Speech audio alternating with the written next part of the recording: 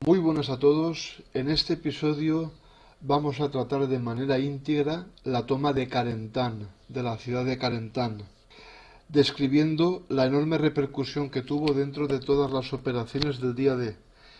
En este lugar, tal y como se describirán las siguientes líneas, estuvo implicada toda la División 101 de paracaidistas, constituyendo, a mi modo de ver, la mayor operación realizada por divisiones paracaidistas en toda la campaña de Normandía.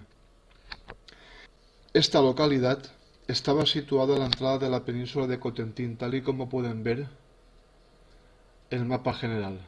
Esta es la península de Cotentín, aquí están todas las playas de desembarco y la ciudad de Carentán justo a la entrada de la península de Cotentín. ¿Por qué era importante? Era un enclave de vital importancia, ya que separaba las playas de Utah y Omaha, bloqueando el acceso tierra adentro de las tropas que desembarcaban en esta última. Además, era el punto de confluencia de las carreteras que unían Cherburgo con Caen y Saint-Lô, la famosa carretera N13. Era la única carretera hábil que conectaba todos los puntos estratégicos. Además, unía todas las líneas de ferrocarril de París con el puerto de Cherburgo.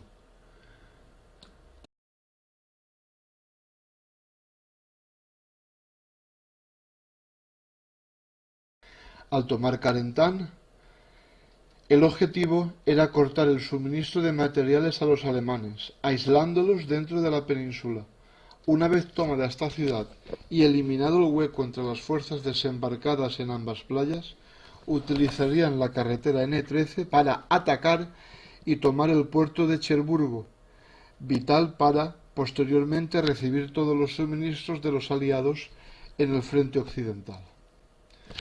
Una vez ya tenemos una idea clara de la importancia que tenía Carentán, en el siguiente mapa vamos a describir cuál fue el eje de ataque de las diferentes tropas implicadas.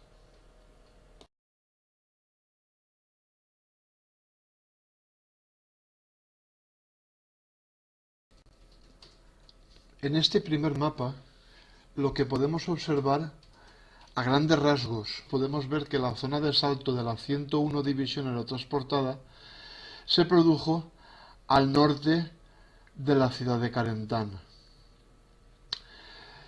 Una vez hemos visto la zona de salto, la 101 en su totalidad tenía dos misiones. Por un lado, el asegurar la retaguardia de la salida de Playa Utah, en concreto de la salida número 2, pero también de la salida número 1, de la salida número 3 y de la salida número 4, aunque finalmente se optó por la salida número 2.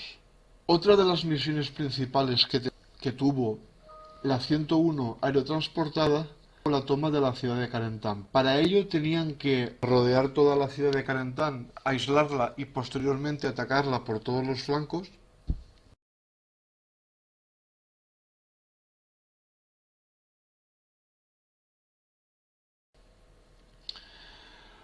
Por un lado, iban a atacar por esta carretera que ya iremos viendo posteriormente y tomar estos puentes de aquí. Aquí partirían del pueblo de Saint-Côme-du-Mont. Hay una carretera que une el pueblo con la entrada de la ciudad de Carentán a través de la calzada esta, pero tienen que cruzar varios puentes que atraviesan el río Doubs. En concreto hay 4 puentes que ya iremos viendo poco a poco. Otro de los objetivos que tenían que tomar era la esclusa de la Barquette. Si se acuerdan, esta esclusa estaba en manos alemanas, con lo cual podían regular el caudal del río Doubs y de uno de sus afluentes, el río Merderet, para poder inundar todas las zonas en la retaguardia de las playas de desembarco. El río Doubs continúa por aquí y va a desembocar al mar.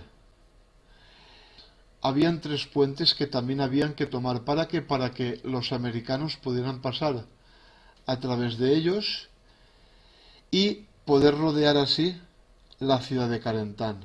Vamos a pasar al siguiente plano en el cual vamos a ver ese movimiento de pinza y todas las tropas paracaidistas americanas que hicieron falta para ello. El plan inicial para la toma de la ciudad contemplaba su envolvimiento con un movimiento de pinza para aislarla de posibles refuerzos alemanes y posteriormente tomarla al asalto. El regimiento 327 de planeadores junto con los regimientos 401 y 501, que estaban situados por ahí, atravesarían los puentes sobre el río Doubs en la localidad de Brevans para posteriormente atacar Carentan por el nordeste.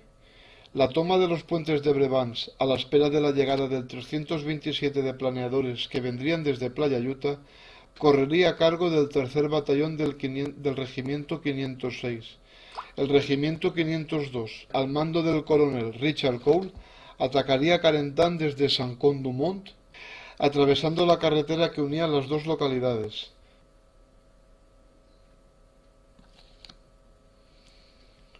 Esta vía, bautizada posteriormente como Purple Heart Lane, por el gran número de bajas que se produjeron durante el asalto, discurría sobre 4 puentes, atravesando una serie de campos inundados hasta llegar a la entrada de la ciudad.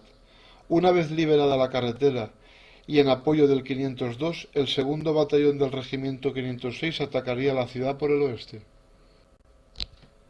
Para la correcta comprensión de lo que allí aconteció y para que el lector pueda tener una idea más clara y precisa, debo dividir el relato en 2 partes, analizando cada uno de los avances por separado hasta el momento del ataque final sobre la ciudad.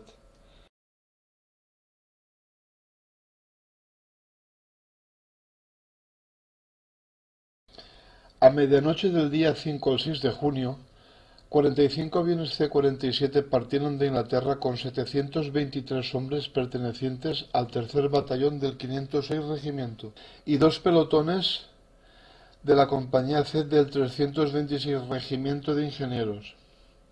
Esta fuerza formaba parte de la 101 División Aerotransportada que, junto con la 82 americana y la sexta británica, iban a ser lanzadas directamente a la boca del lobo, siendo las primeras fuerzas en tocar suelo francés durante el día D. Su zona de lanzamiento se encontraba a las proximidades del pueblo de Angouviu-Pain. También se le asignó esta zona al primer y segundo batallón del 501 Regimiento. A vista de pájaro podemos ver la situación de Carentan. Aquí habíamos visto, aquí está la desembocadura del río Doubs. Aquí está la localidad de Brevans. Junto a esta habían 3 puentes sobre el río Doubs. Aquí están las poblaciones principales que son de Angouviu-Pain, que esta es la zona del aterrizaje, es la zona oficial del aterrizaje de la 101 División Aerotransportada. De ahí Saint-Côme-du-Mont, y en Saint-Côme-du-Mont quiero que vean que hay una carretera en la cual se enlaza Saint-Côme-du-Mont hasta llegar a un cruce de carreteras que ya veremos cómo se llama, y por esta carretera hacia abajo quiero que se fijen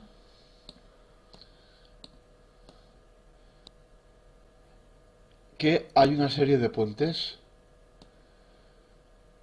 Hay 4 en total. El primero, el segundo,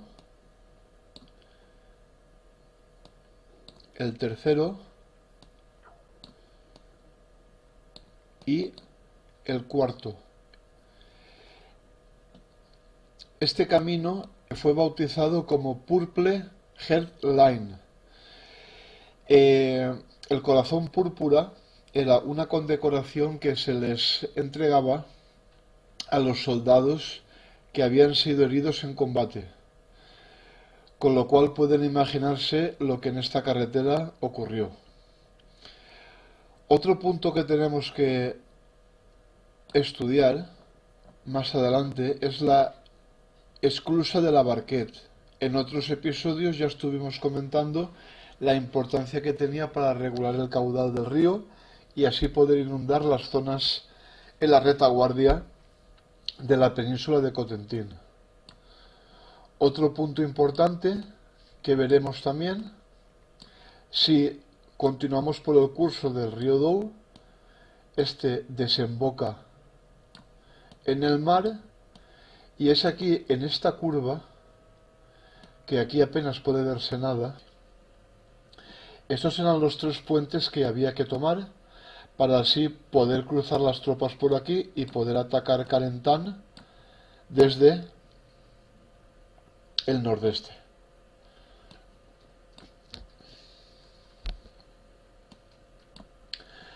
Vistos estos puntos principales, tenemos que ver lo siguiente.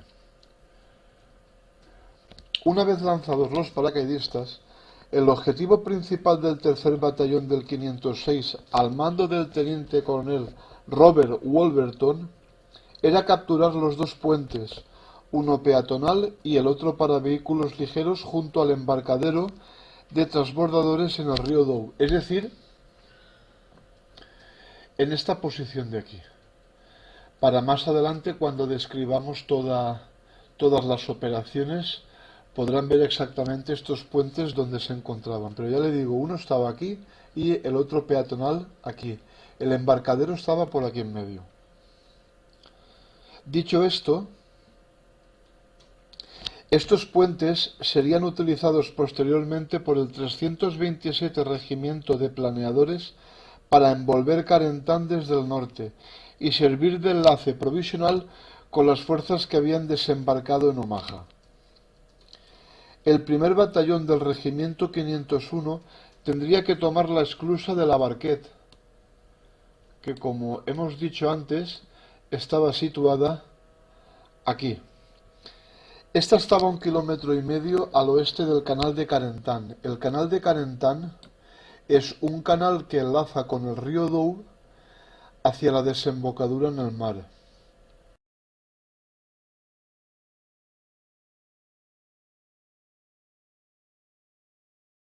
Aquí tenemos Saint-Côme-du-Mont. Si vamos un poquito más hacia el norte, encontramos la localidad de Angouviu-Pain. Es en esta zona que les estoy mostrando en el mapa donde la división 101 de paracaidistas casi al completo tenía la posición asignada para ser lanzada y poder aterrizar sin más complicaciones. De entre toda la agrupación de aviones rumbo hacia su objetivo, 3 de los C-47 con los Pathfinders empezaron a sobrevolar la costa. Tenían la misión de aterrizar sobre la zona de lanzamiento y señalizarla para el resto de sus compañeros que venían detrás, tal cual les he dicho, en toda esta zona de aquí. Ahora veremos qué fue lo que pasó. Cuando encontraron la desembocadura del río Dou, situada aquí, siguieron el cauce hasta llegar a Carentan. Los aviones continuaron por aquí hasta llegar a la zona de Carentan. Posteriormente, bajo el fuego enemigo de las baterías antiaéreas, giraron hacia el oeste hasta sobrevolar la zona a señalizar. Es decir, giraron ahí y se dirigieron hacia el este de Angouviu-Pain, que era la zona asignada para soltar a los paracaidistas de la 101. Una vez allí, los pilotos dejaron caer a los Pathfinders, pero debido a los disparos de los soldados alemanes en los alrededores, estos no pudieron realizar de manera completa su tarea de señalización. Solamente pudieron colocar algunas de las balizas en las proximidades del pueblo de Saint-Côme-du-Mont, poco más o menos por aquí, y en las inmediaciones de la granja Fortín. Esta granja Fortín se refiere a esta ubicación que tenemos aquí, justo al lado del río Dou. Es decir, los Pathfinders, que eran los paracaidistas encargados de señalizar las zonas de lanzamiento, solo pudieron señalizar las zonas entre aquí y aquí. El resto de aviones, con las divisiones paracaidistas, Estaban teniendo muchísimos problemas mientras sobrevolaban la península de Cotentín, debido a los bancos de nubes y a los cañones antiaéreos alemanes. Cuando llegaron a la zona de lanzamiento, los paracaidistas empezaron a saltar de manera frenética, es decir, aunque tenían asignada toda esta zona para realizar el salto, veremos que los paracaidistas de la 101 fueron repartidos por la práctica total de la península de Cotentín. Hubo gente que paró en Saint-Mère-Église. Veremos muchos sitios donde se encontraron paracaidistas de diferentes unidades que estaban muy separadas de sus zonas de salto.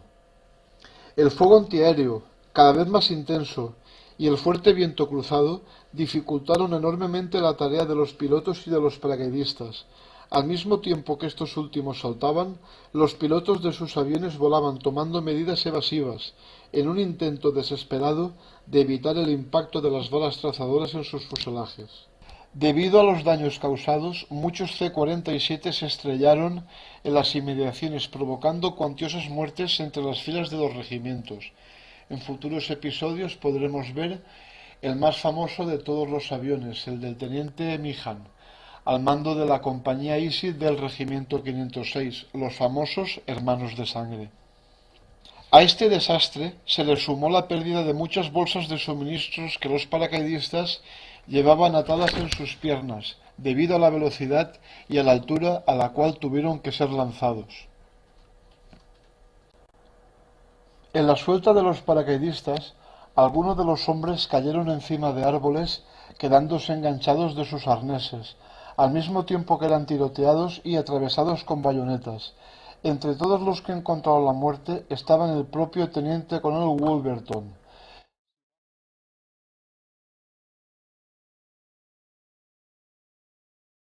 Un poco más al norte de Saint-Côme-du-Mont, la placa conmemorativa que le hicieron al teniente coronel. Esta fue la zona donde fueron lanzados, y aquí podemos ver en la zona donde mataron al teniente coronel y a muchos de sus hombres la placa conmemorativa en el lugar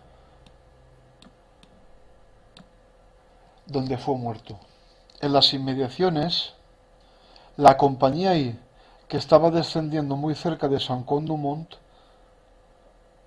fue diezmada antes de tocar tierra por el fuego de las ametralladoras alemanas provenientes del campanario de la iglesia.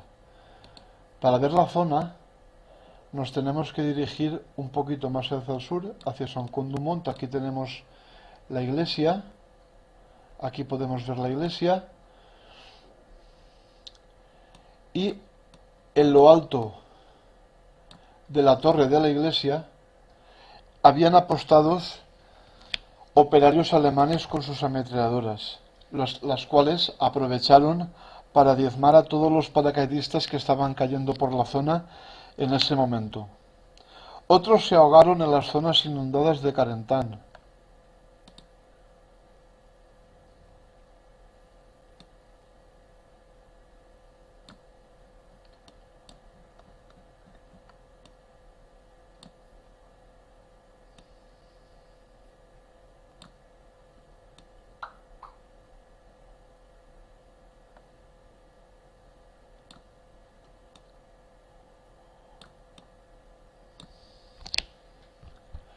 Un grupo de unos 40 hombres fue lanzada cerca de la playa de Omaha. Situados en el mapa, fíjense, esta es la zona oficial y la playa Omaha se encuentra aquí. Esto nos hace una idea del desastre que fue el lanzamiento de paracaidistas en aquella noche. En medio de aquel infierno, y volvemos al sitio donde nos encontramos anteriormente, al este de Angouvieux-Pain, en medio de aquel infierno los regimientos se reagruparon y fueron enviados rápidamente hacia Saint-Côme-du-Mont, hacia el pueblo, a Carentan y hacia Brevans, tal y como veremos a continuación.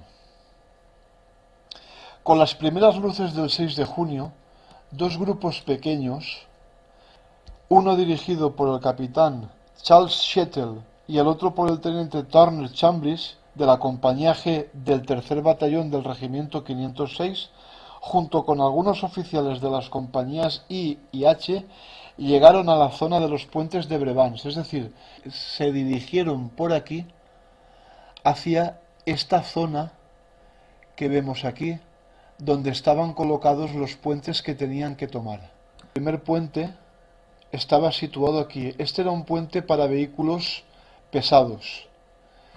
Aquí arriba estaba el puente peatonal y luego aquí en medio se encontraba el embarcadero. Después profundizaremos muchísimo más en este punto. Aquí es donde se encontraba la granja Fortín, que durante el ataque fue tomada al asalto y fue habilitada como hospital improvisado y cuartel general de toda la operación.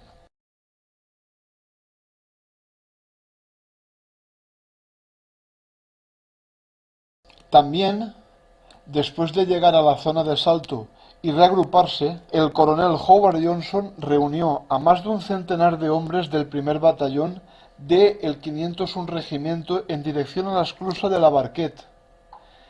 De su zona de asalto original se dirigieron en esta dirección hasta la esclusa de la Barquette.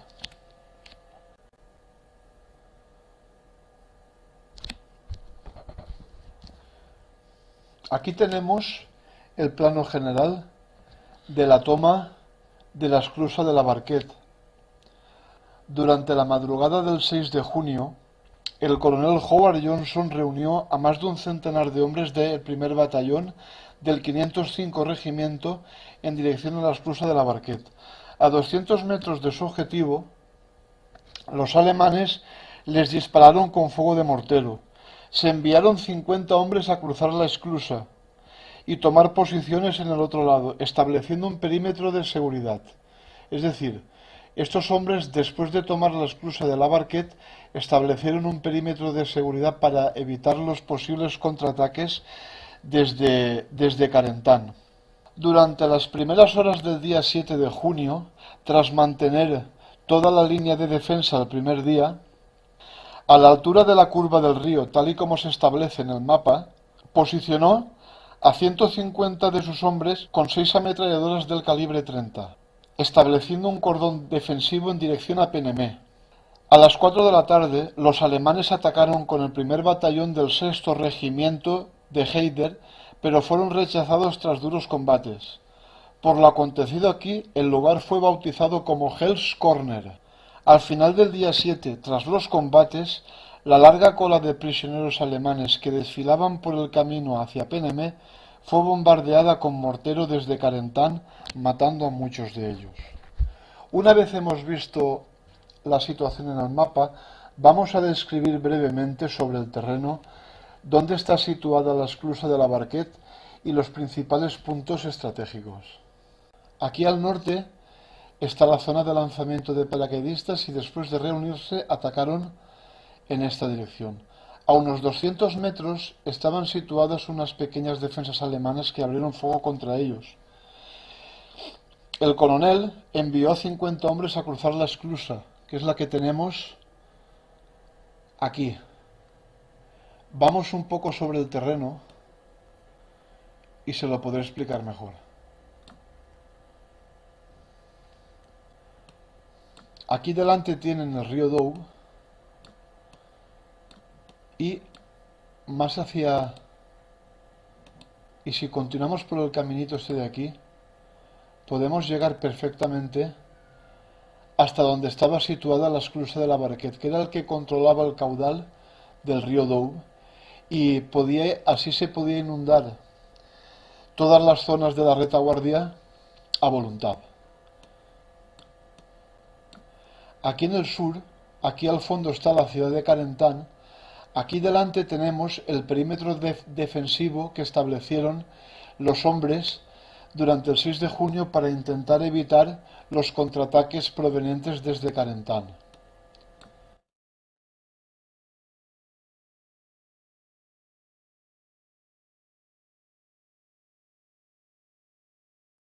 Si nos dirigimos un poquito más siguiendo el curso del río, llegamos hacia la curva del río Dou. Fue aquí, en este camino que vemos en la pantalla, y me voy a colocar a pie de calle para que lo puedan ver mejor, ¿eh?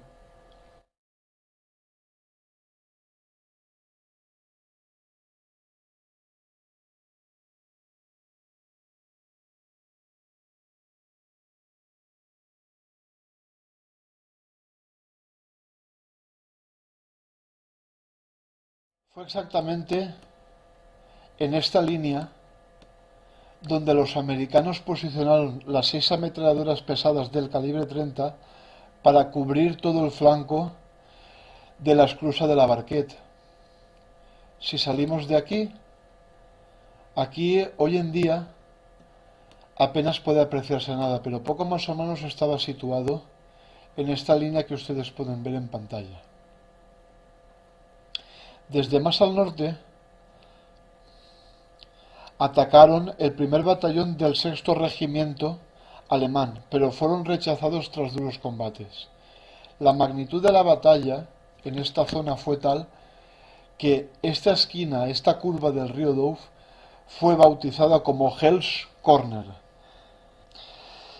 En la descripción hemos hablado que al final del día 7, tras duros combates, la larga cola de prisioneros alemanes que desfilaban por el camino se dirigieron hacia Penemé, supongo que hacia el cuartel general, para ver qué hacían con ellos, pero fue bombardeada desde posiciones en Carentán, con lo cual mataron a la gran mayoría de todos ellos.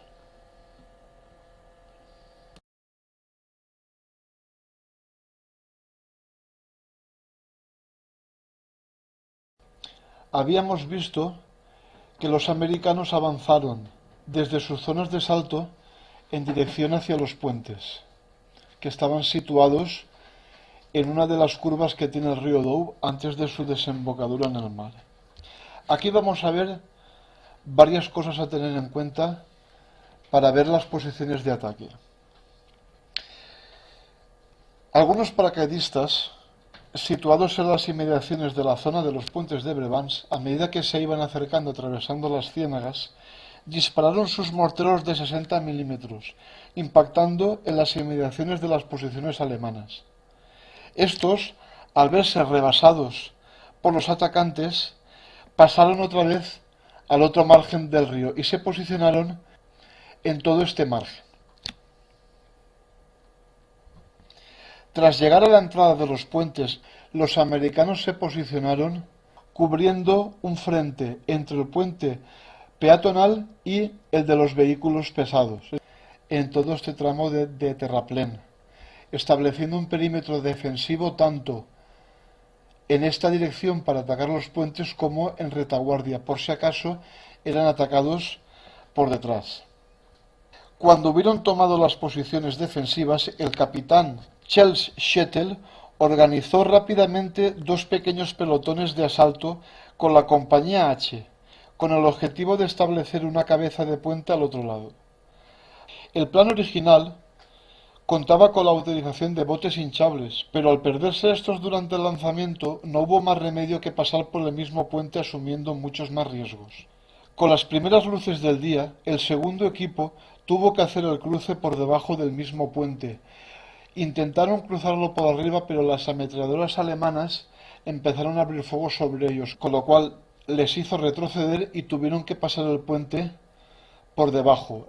Aprovechando que era una estructura metálica, se iban apoyando las vigas e iban cruzando poco a poco.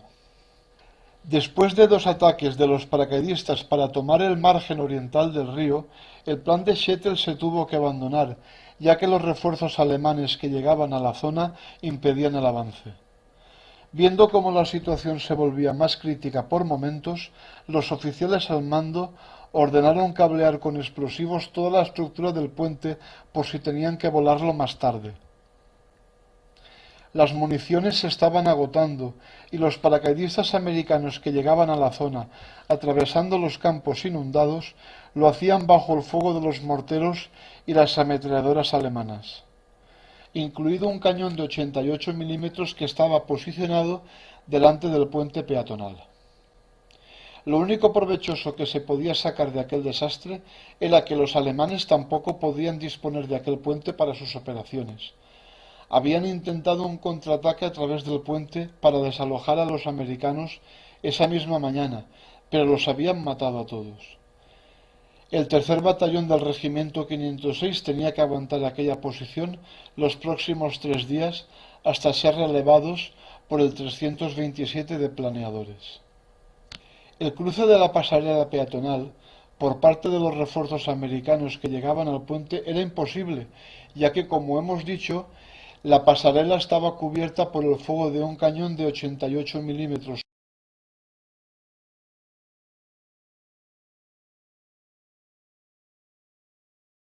En 1944, esa zanja no cubría toda la superficie entre los dos puentes. Aquí por en medio había un tramo que dejaba prácticamente a los soldados al descubierto, con lo cual eran blanco fácil para los francotiradores alemanes que estaban posicionados por toda esta zona. Uno de los hombres de la Filtifirten, el soldado de primera Jack Agnew, utilizó todo el explosivo C2 que llevaba consigo para abrir una zanja por la cual los hombres pudieran moverse por la línea de defensa de un puente a otro. Esto mejoró la situación, pero no solucionaba el tremendo problema que tenían con el cañón del 88. Shettel necesitaba una radio, pero no había ninguna. Quería ponerse en contacto con los acorazados que estaban disparando sobre la costa y dirigir el fuego hacia el margen opuesto del río sobre las posiciones alemanas. Situado entre la espada y la pared, y viendo cómo estaban matando a sus hombres, se dio cuenta que la única solución era llegar a la Barquette para comunicarse con el coronel Johnson y poder tener acceso al general Maxwell Taylor. Así podría solicitar el fuego de gran calibre de los acorazados y conseguir los suministros que les hacían falta a sus hombres. Shettel se abrió paso con algunos hombres por la orilla del río, fuera del alcance de los alemanes, hasta que llegó al perímetro defensivo de la Barquette. Una vez allí, Shettel utilizó al observador de artillería para contactar a la Armada. El mensaje se recibió, pero jamás recibieron respuestas. Una vez hemos llegado aquí, vamos a hacer un repaso de todo lo que hemos dicho sobre el terreno y a continuar explicando a pie de pista, como me gusta llamarlo.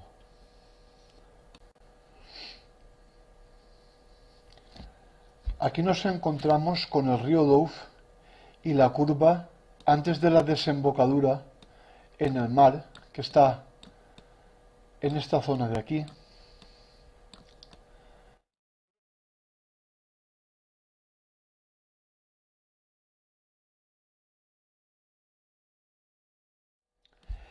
En esta posición, aquí, aunque apenas puede verse en la actualidad, aquí estaba colocado el puente para vehículos pesados. Era una fuerte estructura de hierro que tenía que ser tomado por los paracaidistas para permitir el tránsito de vehículos a través del río. Siguiendo por el río,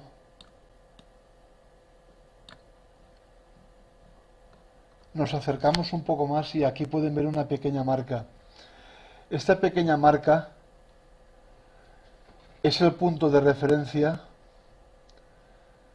para poder encontrar el embarcadero. Aquí es donde estaba situado el embarcadero del que le hemos hablado antes. Siguiendo un poco más hacia arriba, de poco más o menos por esta zona, es donde se encontraba el puente peatonal. El cañón del 88 estaba situado en las inmediaciones cubriendo el paso de dicho puente peatonal. Las posiciones defensivas americanas todavía hoy en día pueden verse y las tenemos en todo este margen que ustedes pueden ver en pantalla. Esto era un pequeño terraplén, como una gran zanja, en la cual los defensores americanos se podían mover entre los dos puentes. Iban por aquí detrás y se podía mover entre los dos puentes. Aquí estaba el trozo en la cual esa zanja era mucho menos profunda, con lo cual los defensores americanos cuando cruzaban por esta parte de aquí eran blanco fácil de los francotiradores que habían en el otro parte del río. Hemos comentado que Jack Agnew de los Filthy Thirteen, que llevaba explosivo para reventar una ciudad, en un acto de valentía sin precedentes colocó todo el explosivo C2 que tenía en toda esta línea de zanja, haciéndolo explotar todo a la vez. Esto hizo que la zanja fuera más profunda, con lo cual ya se pudieron establecer la comunicación entre ambos puentes, ya se podían mover sin dificultad en toda la línea defensivas de las zanjas. Aquí detrás tenemos la granja Fortín. Esta granja Fortín fue la que se utilizó para ser el puesto de primeros auxilios y posteriormente el cuartel general de toda la operación.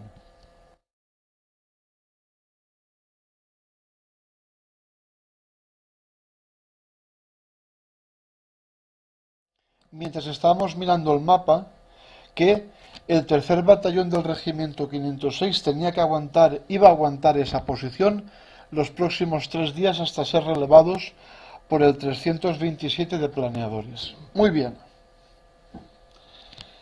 Durante el día 7, los americanos repelieron todos los ataques alemanes, aguantando sus posiciones en los puentes.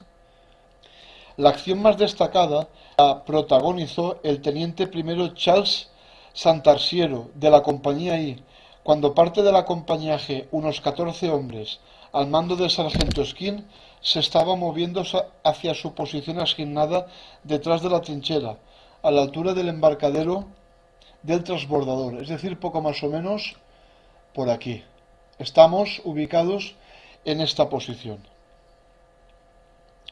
Una vez allí, una ametralladora MG-42 empezó a dispararle desde el otro lado del campo, en su retaguardia. Más o menos esa ametralladora estaba posicionada en estas inmediaciones.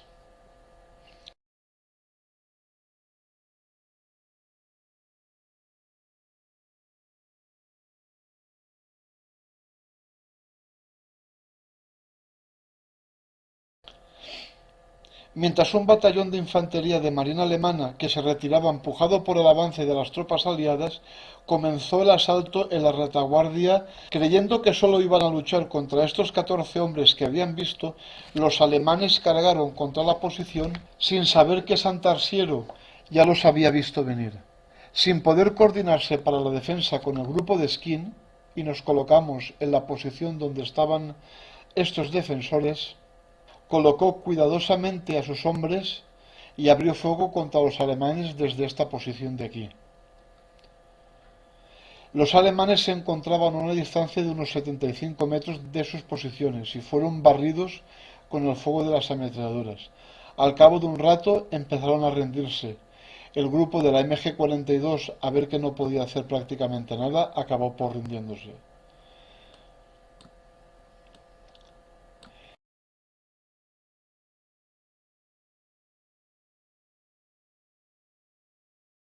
El día 7 se produjo, digamos, una de las mayores pifias que se pueden esperar de los mandos aliados.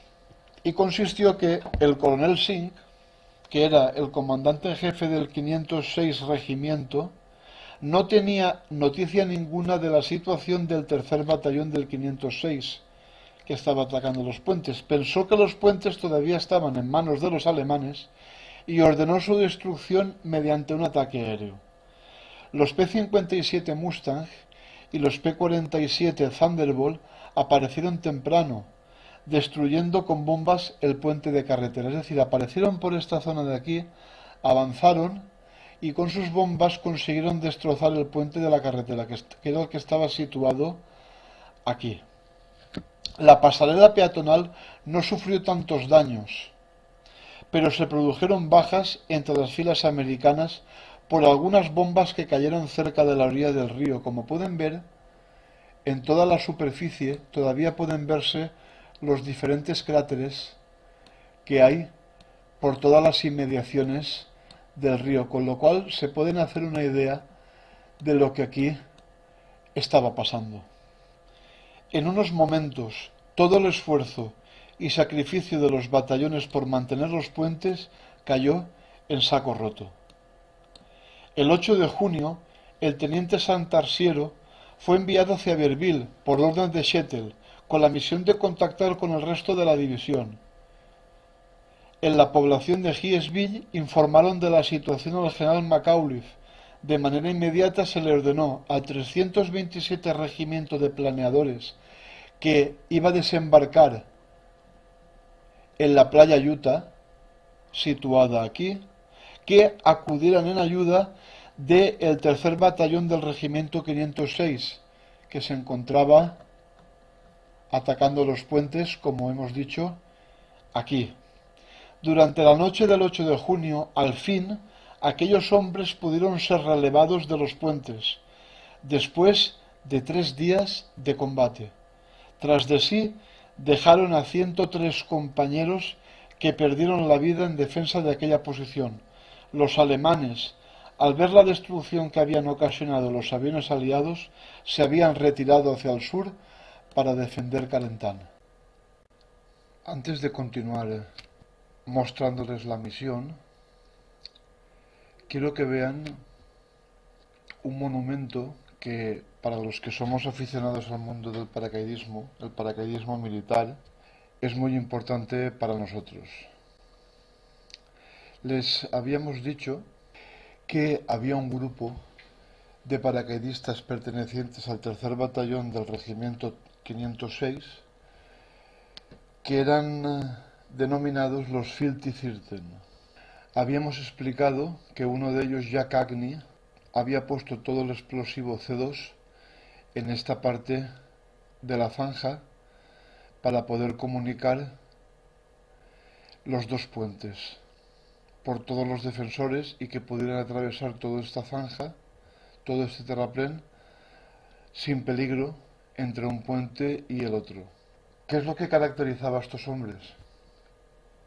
No seguían las órdenes del resto, se negaban muchas veces a seguir la misma disciplina, se duchaban cuando les daba la gana y tenían una peculiaridad muy importante. Se rapaban el pelo y se lo dejaban estilo indio, el mohawk, es decir, con una cresta en medio. ¿Por qué? Porque su jefe, James McNeice, uno de sus antepasados tenía ascendencia india, con lo cual el resto de sus hombres, para honrarlo, se cortaban el pelo estilo indio. Estos hombres tan aguerridos cogieron cierta notoriedad y fama durante la Segunda Guerra Mundial. Hay un monumento a ellos que está en la localidad de Brevans.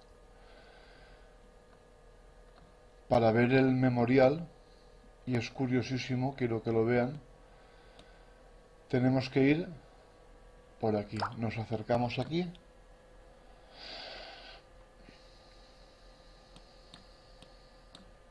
Giramos un momentín. Aquí está, aquí detrás está el río. Venimos por esta carretera y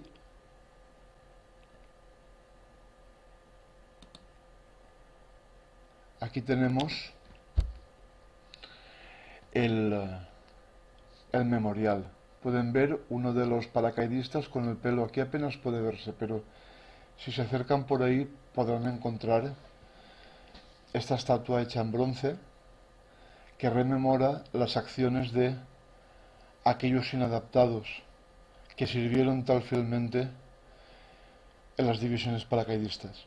Hay una leyenda, no sé si será cierta, he encontrado varias fuentes que dicen que sí, otras que dicen que no, yo se lo explico y cada uno de ustedes puede juzgar. Dicen que dentro de esta estatua, que fue forjada en bronce, están las cenizas de uno de ellos. Esto sirva como homenaje a los Filthy-Cirten. Aquí les quiero mostrar una instantánea de estos hombres cuando se estaban preparando para realizar el salto durante la madrugada del día 5 al 6 de junio. Aquí podemos ver en primer plano al soldado Tommy Oldman Lonergan y este hombre sobrevivió a la guerra. El chico que tiene detrás creo que lo mataron el día 7 y aquí puede verse el pelo mohawk tal y como lo llevaban. Se pintaban con las pinturas de guerra indias y llevaban el pelo igual que los ancestros de su jefe, John McNeice. A la 1:45 del día 10 de junio, el primer batallón del regimiento 327 cruzó el río a la altura de Brevans, en embarcaciones inflables, bajo el fuego de artillería. A las 7 horas atacaron en dirección a Brevans, tomando el pueblo al asalto. A mediodía, la compañía del primer batallón del regimiento 401 cruzó el río a pie, ya que la marea estaba muy baja. A continuación, recibieron órdenes de dirigirse desde el sur de Brevans hasta Auville-sur-Leveille, concretamente al puente que había en las inmediaciones sobre el río Vire. Se refiere aquí y ahora lo veremos sobre el terreno. A 2 kilómetros de su objetivo se encontraron con una fuerte oposición alemana, que frenó el avance. Al otro lado del río Vire se le ordenó a uno de los dos regimientos de la División 29 que habían desembarcado en Omaha que atacara a Auville por el otro lado, realizando una carga de caballería a través del campo para conseguir el objetivo. Viendo que el puente había sido destruido, tuvieron que cruzar el río a pie, encontrándose en el otro lado a los muchachos del 401. Después de asegurar la cabeza de puente y enlazar con la División 29, dio comienzo a la fase final de la toma de Carentan, el ataque hacia el interior de la ciudad. Para ver estos avances en las ubicaciones reales, aquí hay que decir que el 327 cruzó el río a esta altura y a las 7 de la mañana atacaron Brevans, que es toda esta población que ustedes tienen aquí en pantalla. Después, a mediodía, una compañía del 401 cruzó el río a pie, ya que la marea estaba muy baja. Desde aquí recibieron las órdenes para dirigirse a Auville-sur-Leveille, hacia un puente que estaba en las inmediaciones sobre el río Vire. Para ver el puente este, quiero que lo vean. Aquí está la ciudad de Carentan. Ellos se dirigieron por aquí, en esta dirección, hasta el río Vire. El río Vire es este de aquí. Y Playa Omaha estaba situada aquí. Los chicos de la División 29 habían avanzado tierra adentro. Aquí fue, sobre el río Vire, en este puente de aquí, donde se unieron los chicos del 401 con los chicos de la División 29. Establecieron aquí una cabeza de puente, tal y como se ha explicado anteriormente. Podemos ir a pie de... El puente que hay en la actualidad es una reconstrucción. Evidentemente aquel fue destruido y este se ha construido posteriormente. Cuando enlazaron los chicos de la División 29 con los chicos del 401, fue cuando dio comienzo la fase final de la toma de Carentan, el ataque hacia el interior de la ciudad tal y como se ha descrito anteriormente. Para ello tenemos que ir a un mapa y ver exactamente qué es lo que ocurrió.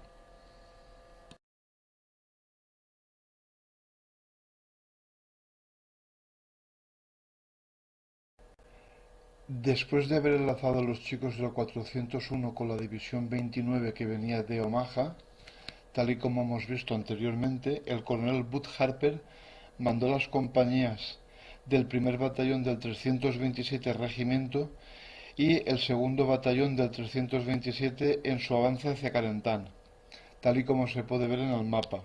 El 10 de junio, los primeros elementos del primer batallón del 327 alcanzaron el puente Bailey a la entrada del canal de Carentan para avanzar desde el inicio de los muelles hasta el corazón de la ciudad.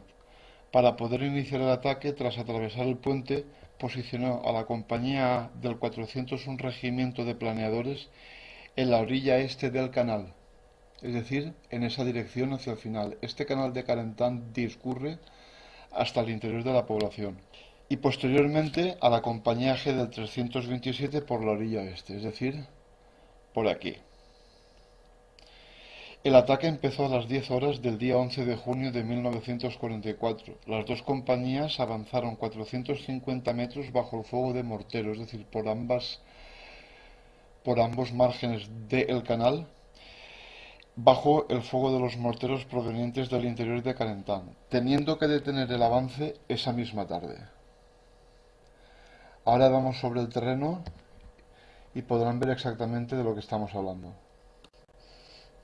Una vez hemos visto el avance sobre el plano de las tropas que iban a atacar a través del canal de Carentan, ahora vamos a ver todo esto sobre el terreno. Aquí podemos ver el río Doubs. Aquí estaban los puentes que cruzaron el 327 junto con el 401. Aquí están, como hemos dicho antes, el puente donde el 401 enlazó con la división 29 que venía de Normandía.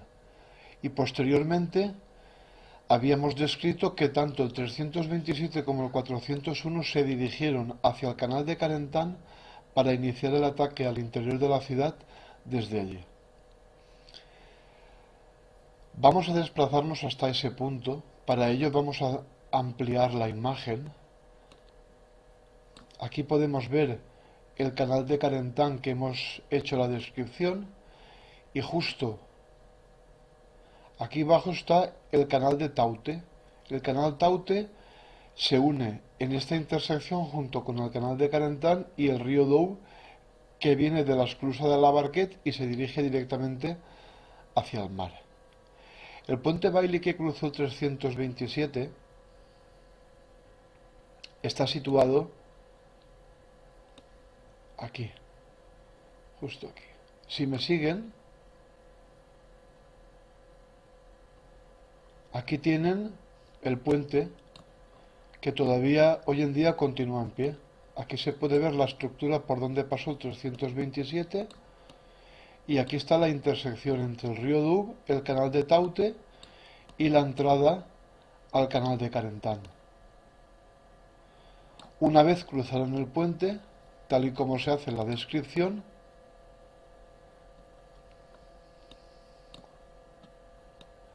por un lado, la compañía G del 327 avanzó por este lado y la compañía del 401 avanzó por el otro. De aquí se dirigieron ambos grupos hacia el interior de la ciudad de Carentan. Hemos visto que durante el avance fueron hostigados por todo tipo de fuego de mortero y de ametralladoras en su avance. Al cabo de un rato tuvieron que parar, ya no podían continuar avanzando y establecieron posiciones defensivas en estos alrededores a la espera de nuevas órdenes. Una vez hemos visto el avance de parte del 327 y del 401 a través del canal de Carentan, el resto de grupos del 327 se dirigieron a atacar por el este en dirección al interior de la ciudad de Carentan. Si me siguen, vamos a pasar al siguiente mapa, donde veremos qué es lo que tuvieron que hacer para poder avanzar. El otro eje de avance, por el norte, era entrar en la ciudad de Carentan por el este. Para ello, había que tomar todos los puentes que atravesaban el canal del Taute, el cual discurría por aquí. En el mapa se pueden fijar que habían 3 puentes. Esos 3 puentes tuvieron que ser tomados al asalto por el 327 regimiento. tal y como se verá a continuación. Aquí visto sobre el terreno, aquí podemos observar el eje de avance que también tomó el 327 para atacar por el este. Para que esto tuviera efecto y poder limpiar el camino para los siguientes atacantes, el 327 tuvo que avanzar por ahí e intentar tomar estos tres puentes que atravesaban, como ya hemos dicho, el canal de Taute. Para ello nos vamos a poner a pie de pista y podemos observar esos tres puentes. Voy a poner una vista general encima del segundo puente, donde se pueden ver los accesos a la ciudad de Carentan atravesando el canal Taute. Aquel era uno de los tres puentes, este era el segundo, y luego al fondo podemos ver el puente de ferrocarril. Ese puente de ferrocarril estaba parcialmente destruido y el regimiento 501 que venía detrás tuvo que atravesarlo prácticamente a nado, tal y como veremos a continuación. Una vez estos puentes fueron asegurados, tal como puede verse aquí en el mapa, el regimiento 501 de paracaidistas perteneciente a la división 101 de paracaidistas salió de su posición de reserva para apoyar el ataque del 327 y atacar la colina 30, como podremos ver en el siguiente mapa. Atravesaron el río Dub por la tarde del día 11 de junio en Brevans, tal y como aparece en el mapa. Giraron y se dirigieron directamente al puente ferroviario por donde debían de cruzar, pero estaba parcialmente destruido.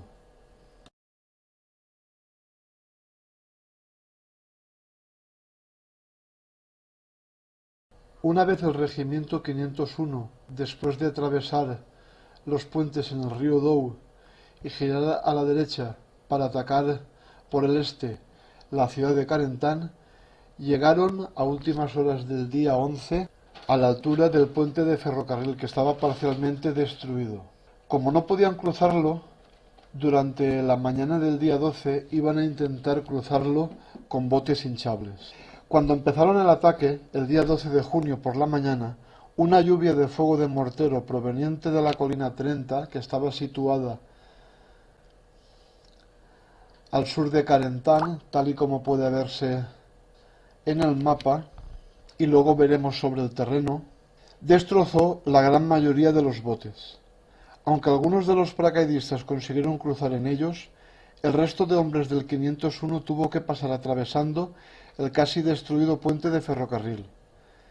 Estuvieron sometidos a fuego de cañón de 20 milímetros, ametralladoras MG-42 y morteros hasta que llegaron a la base de la colina. El tercer batallón atacó frontalmente hacia arriba con una carga a la bayoneta, destruyendo las defensas y enlazando con el segundo batallón del 506 que había atacado la colina 30 desde Ingolf Farm, tal y como veremos en próximos minutos. Ahora vamos a ver sobre el terreno dónde estaba situada la colina 30 y por dónde avanzó el tercer batallón del regimiento 501 en el ataque a la bayoneta hacia la colina. El puente ferroviario, podemos verlo aquí en pantalla, es el punto de referencia que tuvieron para el avance contra la colina 30. Esa colina 30 actualmente ya no existe, pero la situación en el mapa está poco más o menos situada en esta posición de aquí. Esta posición por todo aquí. Es decir, era como un punto un poco más elevado, ¿de acuerdo? En el cual estaba defendido por muchísimas posiciones alemanas. ¿Para qué? Para defender la entrada sur de Carentan, que es esta carretera principal que ya veremos posteriormente la importancia que tuvo. Teniendo en cuenta que la colina 30 estaba situada aquí, el 501 y concretamente el tercer batallón del 501 atravesó el canal Taute a la altura del puente del ferrocarril y atacó a la bayoneta en dirección a la colina 30, ¿de acuerdo? En esta dirección de aquí. Aquí posteriormente enlazó durante aquella misma jornada con el regimiento 506 que había atacado en esta dirección. Es decir, había venido por aquí, atacado ahí y habían envuelto completamente la ciudad de Carentan, enlazando, como hemos dicho, el 501 con el regimiento 506, que ya veremos sus ejes de ataque y la importancia de estos.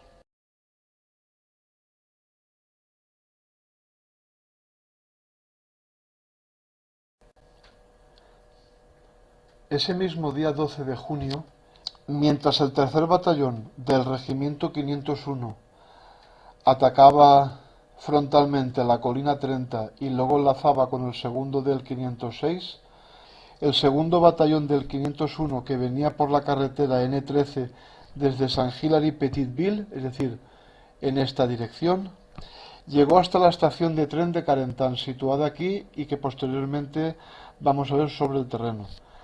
Allí enlazaron con los primeros miembros del segundo batallón del 506, que tras enlazar con el 505 en la colina 30 se dirigieron por esta calle hacia el interior de Carentan.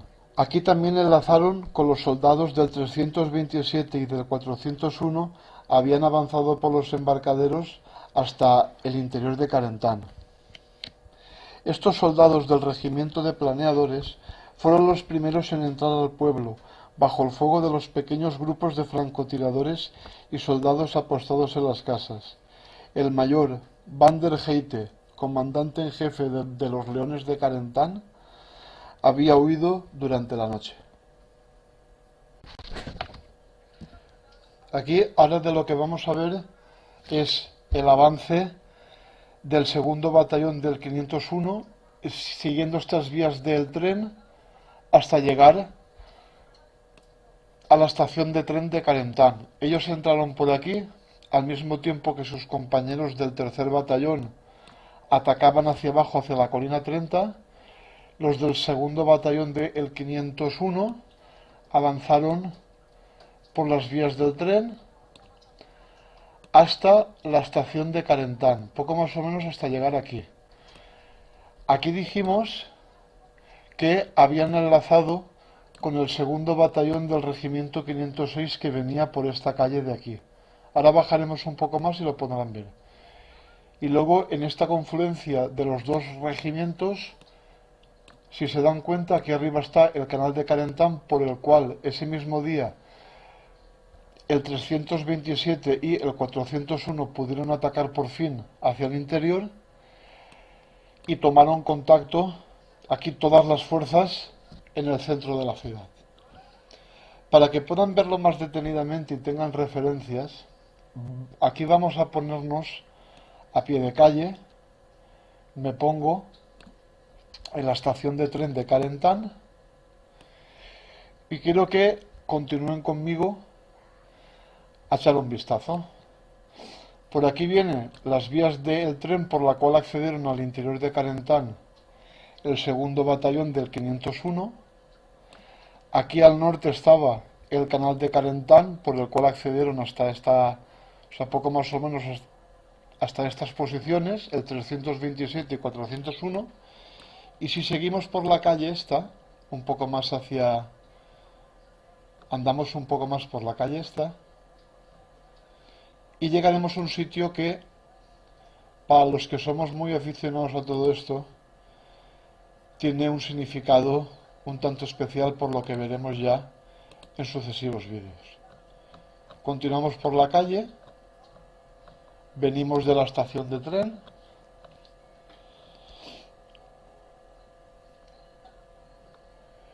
y llegamos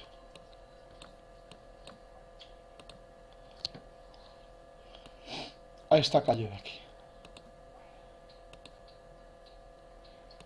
Esta calle atraviesa todo el sur de Carentan y viene directamente de la colina 30.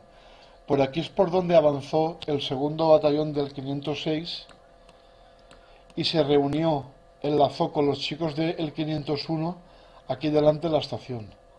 Saliendo de pie de calle podrán comprobar lo que estamos diciendo. Los que venían, el segundo batallón del 506 que venía por la calle esta, giró hacia la derecha, hasta encontrarse con la gente del 501 y luego por el norte los chicos que venían del canal de Carentán. Con lo cual, esta primera parte de la historia acaba en este mismo punto.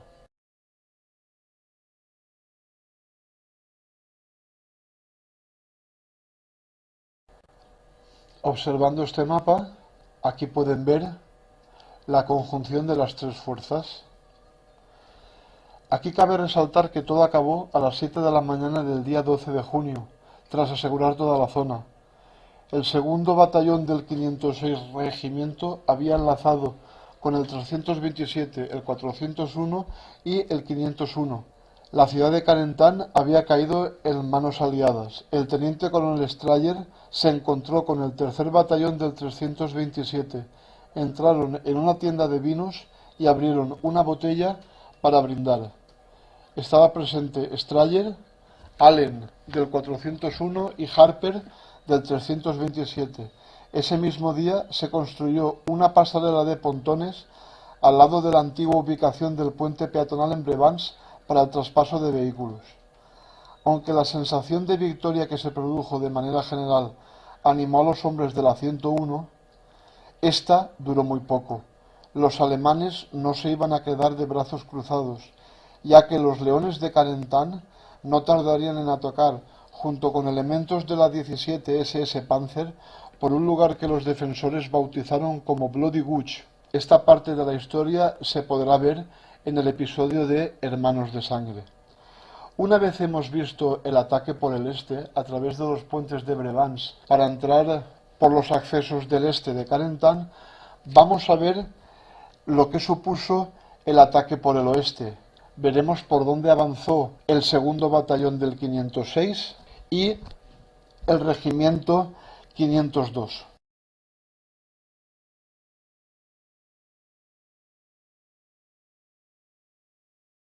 Una vez hemos visto el ataque por el este, atravesando los puentes en Brevans sobre el río Duf y posteriormente atacando el este de Carentán, la siguiente parte del relato va a describir el avance del 502 Regimiento desde la población de Saint-Condumont por la carretera hasta la entrada de Carentán, apoyados en su flanco izquierdo por el segundo batallón del 506 que atacó un poco más hacia el oeste. Visto aquella pequeña introducción, nos dirigimos a otro mapa para ver los periodos del avance. Aquí cabe resaltar que esta parte del ataque la realizó a cargo del Regimiento 502 con el apoyo posterior del segundo batallón del 506, en el cual nos centraremos en el siguiente episodio de Hermanos de Sangre. Este ataque partiría desde la vía de Saint-Condumont. Este enclave era un punto estratégico de primer orden, ya que al sur de dicha villa se encontraba ubicado el cruce entre la carretera que venía de la salida 2 de Playa Utah y la carretera N13 que atravesando Saint-Condumont llegaba hasta Carentán. Este famoso cruce de carreteras, tal y como veremos en sucesivas partes del vídeo, fue bautizado como Dead Man's Corner, la esquina del hombre muerto.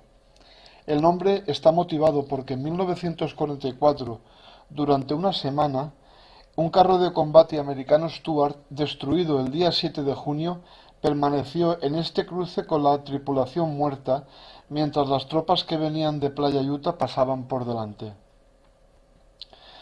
La única vía por la cual podían acceder era a través de la carretera principal que estamos describiendo que unía Saint-Condumont con Carentán.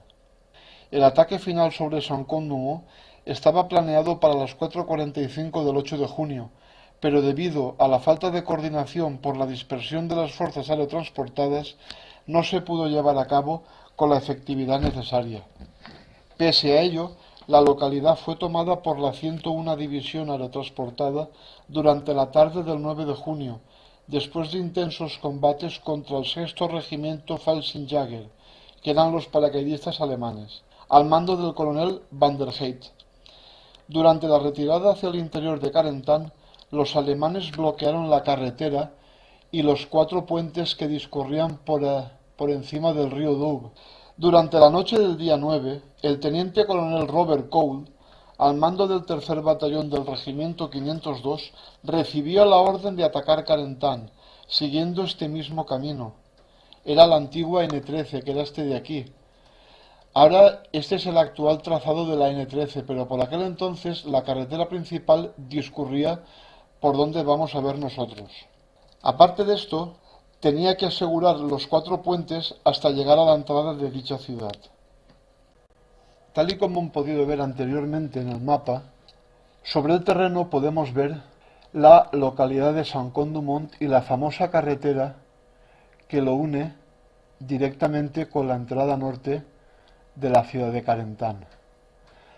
Nos vamos a ir deteniendo poco a poco en sus diferentes partes e ir explicando cómo se produjo este ataque. Primero que nada, saliendo de la ciudad de Saint-Côme-du-Mont, si continuamos por aquí a pie de calle, podremos llegar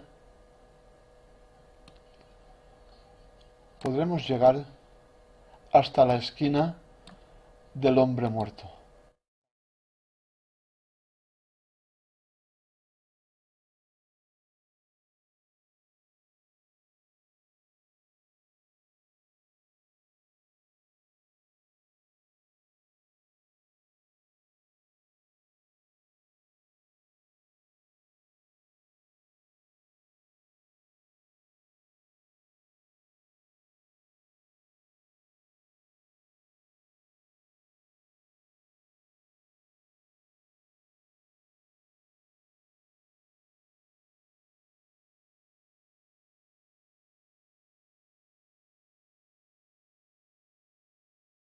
Esta es la famosa esquina de El Hombre Muerto. Aquí en la actualidad hay un museo donde describe la batalla de la toma de Carentan. El tanque Stuart estaba situado poco más o menos en esta posición. Antiguamente esta era la carretera que venía desde la segunda salida de Playa Utah. Y este era el trazado antiguo de la carretera N13, que discurría en esta dirección hasta la entrada de la ciudad de Carentan.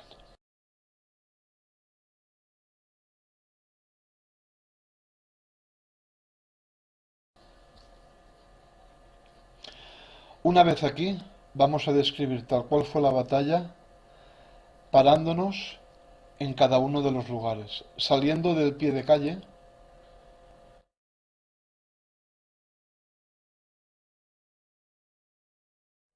Durante la noche del día 9 de junio, el teniente coronel Robert Cole, al mando del tercer batallón del regimiento 502, recibió la orden de atacar Carentan siguiendo este mismo camino, por el antiguo trazado de la N13 que estaba aquí, asegurando los 4 puentes hasta llegar a la entrada de la ciudad. Durante el ataque, bajo el fuego de los morteros y las ametralladoras alemanas, los chicos del 502 atravesaron el primer puente que estaba intacto.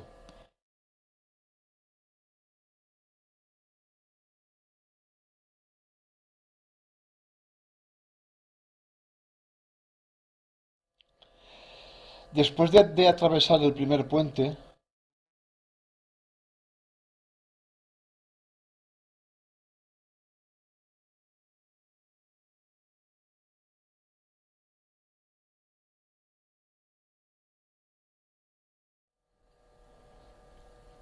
cuando llegaron al segundo puente, el avance se detuvo ya que este estaba destruido igual que el tercero que veremos a continuación. Esta es la altura del segundo puente. Ellos consiguieron atravesar el río a nado y con botes hinchables, mientras los ingenieros reparaban los puentes y construían otros de manera provisional, siendo hostigados por el fuego enemigo. El avance continuó hasta la entrada de la ciudad. Después de atravesar el segundo puente, atravesaron el tercero, que está situado aquí entre la maleza, y llegaron hasta el cuarto puente, que estaba situado por aquí encima. Esta es la entrada de la ciudad.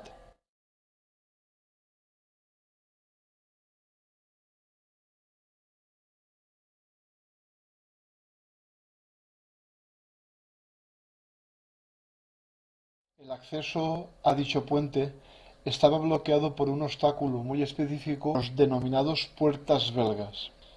Estos hombres estuvieron aguantando sus posiciones en todo el largo de la carretera que cubría los cuatro puentes, aguantando sus posiciones durante 2 días, siempre hostigados con el fuego de morteros, ametralladoras y 2 aviones Stuka que bombardearon las posiciones constantemente. Tal y como veremos a continuación, no fue hasta las 2 de la madrugada del día 11 de junio cuando Richard Cole recibió la orden de atacar.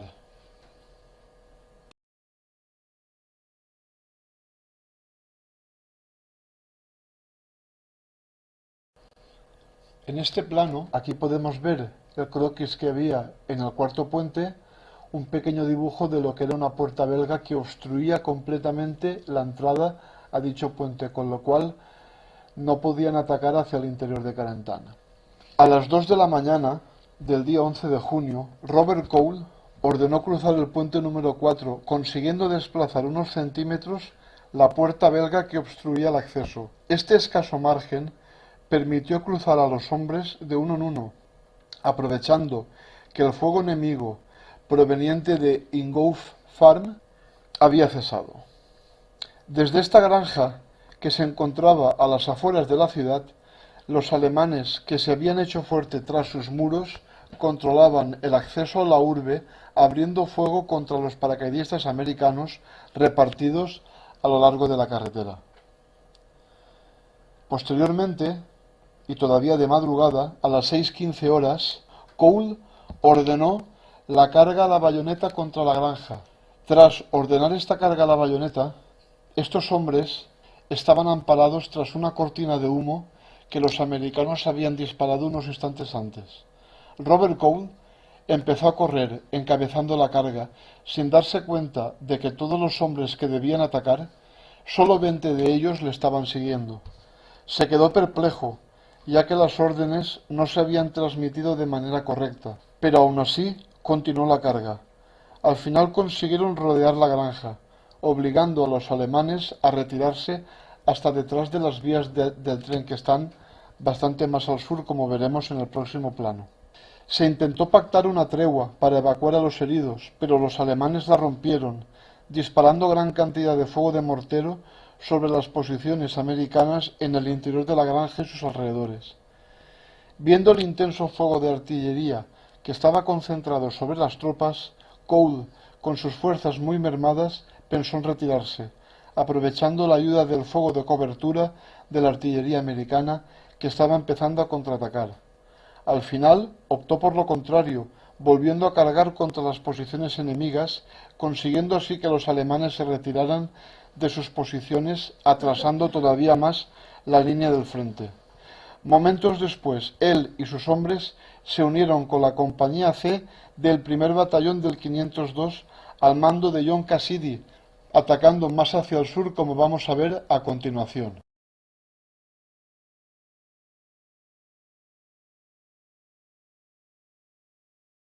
Momentos después, él y sus hombres se unieron a la compañía C del primer batallón del 502 al mando de John Cassidy para iniciar de nuevo un ataque más hacia el sur, en lo que se convertiría la batalla del campo de Coles, en Penemauque, aquí, junto a las vías del tren, poco más o menos, para forzar a retirarse al enemigo.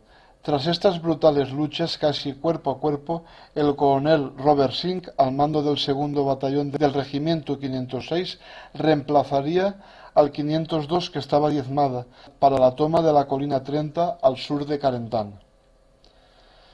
Con las fuerzas de los regimientos 327, 401 y 501 atacando desde el nordeste y con el 506 haciéndolo por el sudoeste, las dos pinzas que debían rodear Carentán estaban posicionadas esperando la orden final de ataque para entrar en la ciudad. Antes de pasar al capítulo de Hermanos de Sangre, donde veremos todo el eje de avance del segundo batallón del 506 y qué es lo que le pasó al resto de la 101, quiero mostrarles sobre el terreno todos los pasos de Richard Cole con sus hombres en el ataque a la bayoneta. Esta es la entrada norte de Carentan. Aquí estaba el cuarto puente que estaba bloqueado por las puertas belgas. Tras conseguir entrar y acceder al interior de Carentan, estos hombres, aunque ahora hay una rotonda, antes todo esto era un camino de tierra que llevaba directamente a la granja, tal y como veremos. Pero quiero que se fijen en una cosa muy importante. En la rotonda, una vez pasamos el cuarto puente que estaba situado aquí, aquí podemos ver un monumento a los hombres de Richard Cole, en el cual se conmemora el ataque a la bayoneta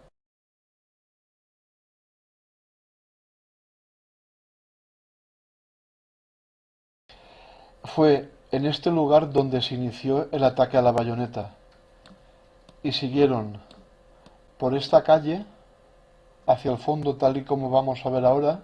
Voy a seguir esta línea, voy a meterme por la calle, aquí van avanzando en una carrera contrarreloj.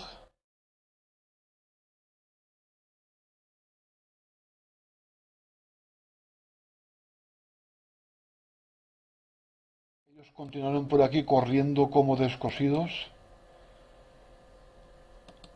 hasta la granja de Engo Farm, que es la que tienen ustedes aquí.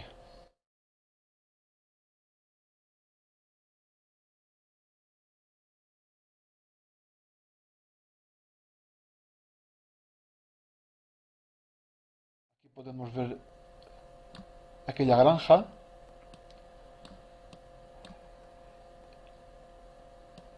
¿De acuerdo? Y continuando más al fondo, desde aquí, desde esta posición hasta las vías del tren, que se pueden ver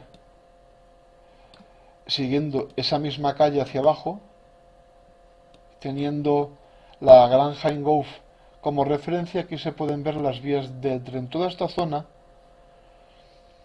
estaba bautizada como el campo de Coles.